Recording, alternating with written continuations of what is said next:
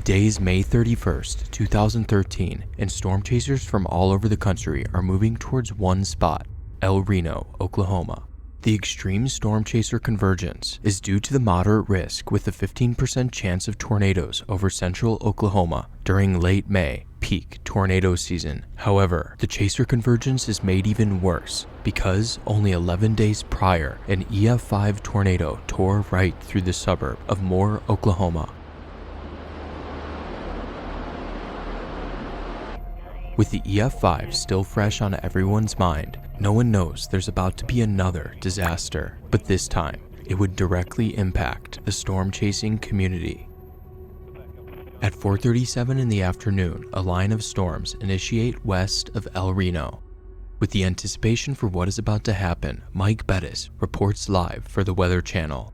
Very quickly, these storms fired up, and that's going to happen with all of these. We can follow in behind it on the safe side of it, stay out of the rain, stay out of the hail, and have a view of a tornado and keep everyone alerted as to what the danger is. Unknowingly, Mike foreshadows what's about to happen. As the complex of storms matures, the southern storm begins to dominate and a massive hook forms on radar. At 6:03, a tornado touches down southwest of Reno, Oklahoma. Immediately after touching down, the tornado exhibits a strange behavior. Instead of a single circulation, the tornado consists of many smaller, short-lived vortices that are extremely unpredictable. One of the chasers nearby is Oklahoma local Richard Henderson, who's out on his first storm chase. He captures the small vortices of the tornado as it touches down, although he doesn't have much time since the tornado is heading right towards him. Richard flees to the east, narrowly escaping the tornado. A mile away are storm chasers Brett Wright and Brandon Sullivan. Unlike Richard, these two have years of storm chasing experience. After recording the start of the tornado, they realize they're directly in the tornado's path, so they begin their escape south, away from the tornado. They leave early enough to evade the extremely strong core. However, the tornado is much larger than it appears. To the south of the core are powerful, invisible winds surrounding the tornado, blowing debris onto the road. Brett struggles in the debris-filled crosswinds before a hay bale is blown into them. Fortunately, Brett and Brandon survive the encounter. However, the tornado is marching towards dozens of other chasers, and it's only getting stronger. To the north of the tornado, a line of chasers frantically drive east, alongside the circulation. In the rear of the pack is Team Dominator, led by the legendary storm chaser Reed Timmer. His passenger records the monster tornado to their southeast. From their position, you can clearly see the outline of the massive tornado, despite it being wrapped in rain. Also, the tornado has immensely grown in size, and so have the subvortices at the core. No chaser, not even a tornado tank like the Dominator, is able to survive a hit from one of these powerful subvortices. In front of Team Dominator are the taillights of another notable storm-chasing team, Twistex. Inside the Twistex vehicle are three chasers, father and son, Tim and Paul Samaras, and longtime team member, Carl Young. Twistex is positioned extremely close to the tornado, since they are chasing with the goal of deploying a probe inside of the tornado. The line of storm chasers continue east until Team Dominator is stopped by power lines blocking the road. Right around the same time, Team Twistex realizes they're in danger, so they turn north away from the tornado. Henderson continues east, tracking alongside the tornado, likely unaware of how much danger he was in. At the same time, Mike Bettis is live reporting back to the Weather Channel. Here's 5 reasons why you should log in to your old Matchmasters account. Number 1, while you were away, the Legends leaks.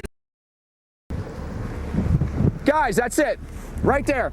Look at that monster. This is a huge tornado. He realizes they don't have a lot of time since the tornado is getting closer by the second. This thing is moving relatively slowly. We could be putting ourselves in a dangerous position here. We may actually quickly try to get in our cars and get south of this. I think we have to go now in order to stay ahead of this and not get run over by it. Mike then makes the call to escape the tornado by going south on Highway 81. This is a huge mistake. As the Weather Channel crew frantically drives south, the tornado grows in size while also accelerating. The combination of growth and increased forward speed means that the tornado is effectively moving towards them at over 80 miles per hour. They have no chance of escape. Within minutes, the Weather Channel vehicle is at the core of the circulation. Hold on, brothers. Hold on. Everybody duck, go, go, go. Just keep it going if you can. Keep going if you can. Everybody duck down. Everybody duck down.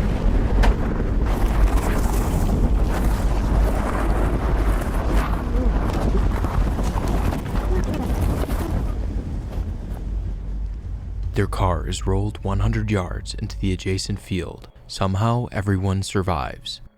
But as the tornado barrels onwards, others would not be as fortunate. Immediately after striking the Weather Channel crew, the tornado turns north towards Richard Henderson, who's still driving east.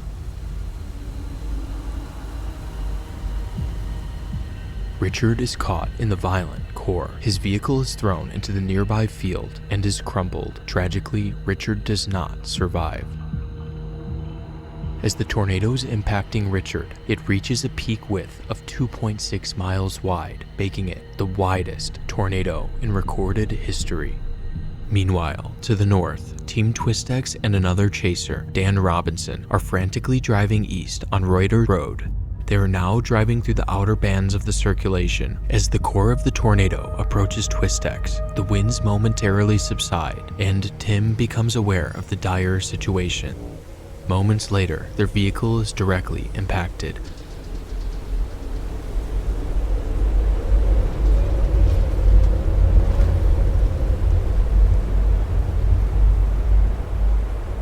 Their vehicle is tossed a third of a mile to the east. Tim, Paul, and Carl do not survive. A mile to the east, Dan Robinson abandons his car on the side of the road and takes cover in a ditch. Robinson narrowly escapes the violent core of the tornado that killed Twistex. Bruised and scraped, Dan gets back in his vehicle and flees south away from the monster storm. Soon after, the tornado terror would come to an end. In 40 minutes, this record-breaking tornado took 8 lives, 4 of which were storm chasers, with every death happening in a vehicle. This was the first time storm chasers had been killed by a tornado, and Team Twistex were some of the most experienced and well-respected chasers in the community. Storm chasers dying to tornadoes was always a possibility, but no one thought it would be them. Despite their decades worth of combined experience, they were not ready for the extremely erratic behavior, power, and size of the 2013 El Reno tornado. This traumatic event served as a lesson for the storm chasing community for years to come, but in 2019, another large group of storm chasers would take a direct hit from a strong tornado. Give me a tornado! Stop! Before I get into the next storm chasing incident, I'd like to tell you about the sponsor of this video, Vessi. Vessi is a high-quality brand that makes the best sneakers. These shoes are perfect for me as a storm chaser because they are completely waterproof, but that's just the tip of the iceberg. This specific model is the Stormburst, which are designed to have additional traction, as well as a cushioned sole enhancing the shoe's comfort, making them perfect shoes for long-term usage. They also have a high-top version of Stormburst, making them even more waterproof and weather-resistant than some of their other designs. I also really like the modern chunky dad sneaker look. The Stormbursts come in a bunch of different colors, but my favorite part is that they have storm in the name.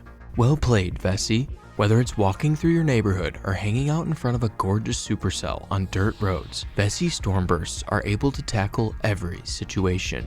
To get your Stormbursts or any other Vessi product, use the link in the description to get 15% off your purchase today. It's May 28th, 2019, and a moderate risk with a 15% chance for tornadoes is taking shape over Kansas, storm chasers' favorite state.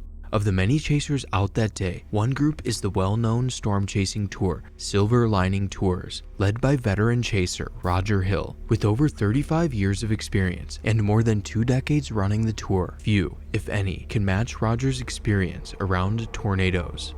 By 4 in the afternoon, a cluster of storms forms south of Topeka. The complex of storms evolves, and the southern storm develops into a fully mature supercell. Roger, being as experienced as he is, has seen this pattern unfold countless times and positions the tour group in the perfect spot. Soon after, the storm produces a tornado east of Carbondale, Kansas. But there's one problem. This is a high precipitation supercell.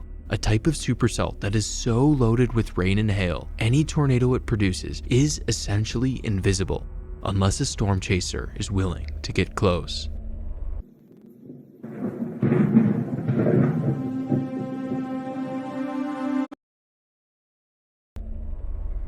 Silver Lining Tours is well aware of the ongoing tornado, but given their position, they can't see anything. Instead of distancing themselves by continuing east, they make the aggressive decision to go north and position in the storm's notch, the only way to see a tornado on a high precipitation supercell. This is an extremely risky maneuver. However, they are not alone, as many other storm chasers do the same exact thing. One of these chasers is Quincy Vigal, who captures the tour vans passing by. Eerily, the tornado is somewhere in this rain.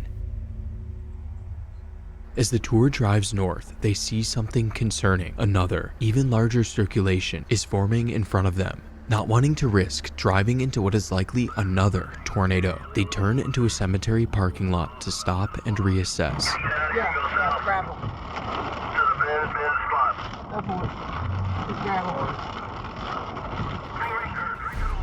They decide to turn back south, away from the new circulation. The 4 tour vans awkwardly turn around in the parking lot, which burns a significant amount of time that they did not have. Quincy captures Silver Lining Tours as they head back south. This is the last time they are seen. The convoy of vans continue south through the heavy rain and are hit by a wave of intense winds. And then suddenly, Roger sees something out his window. Debris falling from the sky. Debris falling. Right here. Tornado right here. Get in a tornado. Stop. Stop. Ah! One van is rolled, while another van is lifted into the air, tumbling multiple times across the road into a field. Despite the horrific damage to the vans and large number of chasers impacted, nobody dies. However, one tour guest suffers major injuries. After 2019, the storm chasing community was on their best behavior, but in 2023, an early season setup in the southeast would start the year off on a low note. On March 24th, a moderate risk with a 15% chance for tornadoes is materializing over the southern portion of the Mississippi River. Many chasers are out because of how potent the system is forecast to be. But by 5 p.m., storm still hadn't produced any tornadoes. Many chasers write this day off as a bust. Then, right at sunset, a strong current of air in the lower levels of the atmosphere, known as the low-level jet, ramps up over the area, dramatically increasing the tornadic producing ability of storms. And there just so happens to be a single dominant supercell in the area. Storm chasers see what's unfolding, and they all converge on this supercell, which begins to rapidly rotate as it crosses the Mississippi River. One chaser who goes by the name Chris FL Tornado is streaming on YouTube, documenting his chase, and he's now moving into Rolling Fork, Mississippi. And at 7:57, a tornado One chaser who goes by the name Chris FL Tornado is streaming on YouTube, documenting his chase, and is storm chaser Max Olson, who captures the early stage of the tornado as it's directly to his west. Multiple storm chasers in the area report the tornado, and a tornado emergency is issued, with Rolling Fork right at its center. While Max is recording the tornado, Chris is in town, live streaming to an audience. He passes multiple businesses and homes on the east side of town. Little does he know, many of these buildings would be flattened minutes later. Chris takes a left into the residential part of town. He looks at radar, and he's right in the path of the circulation. Chris continues down the road and stops for nearly a minute at a stop sign, lingering for far too long. Chris then says he's listening for the tornado and that he needs to be careful because things are about to get ugly, and he could not be more right. Meanwhile, Max is southwest of town, recording the tornado with an unobstructed view.